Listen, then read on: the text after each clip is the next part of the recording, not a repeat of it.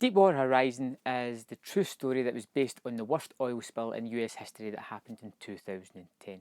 The movie is directed by Peter Berg, who brings with him Mark Wahlberg from Lone Survivor, Kurt Russell, John Malkovich and Kate Hudson. At 1 hour and 47 minutes, this movie is pretty brisk, thankfully so, because the tendency towards these movies is to stretch them into really over 2 hours when they're not necessarily have to be that long, as this movie proves.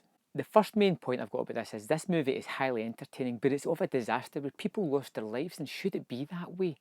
But it's definitely a dramatisation of the events that went on, and like I said, it's actually pretty good. The best thing about it is the character interaction. So at the start you get to meet Mark Wahlberg and you get to meet his wife and kid, and you get a little bit of a story there, not too much. It doesn't hang about as much as I thought it was going to, and pretty quickly it moves on to the rig itself, and you have the rest of the characters that we meet there, the rest of the people that are working on the rig. And this is where the movie really galvanises itself together. It's small interactions with the majority of the crew on this rig, and all their interactions are fantastic. You get to know their personalities through maybe just a line, a couple of lines, the way they carry themselves in a scene.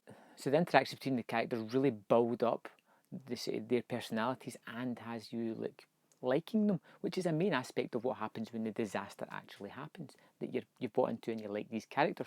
As for the rig itself, it's filmed in these big wide shots and it looks fantastic. It's beautiful shots of this massive rig in the middle of the sea. And it's quite good at filming the geography of the rig as well. You kind of know where everything is. It's a big, massive thing, but you know the key points of it, which is really good for when things go a bit of awry later on. And when the explosion itself hits or the disaster happens, it happens in various stages, escalating each time with explosions.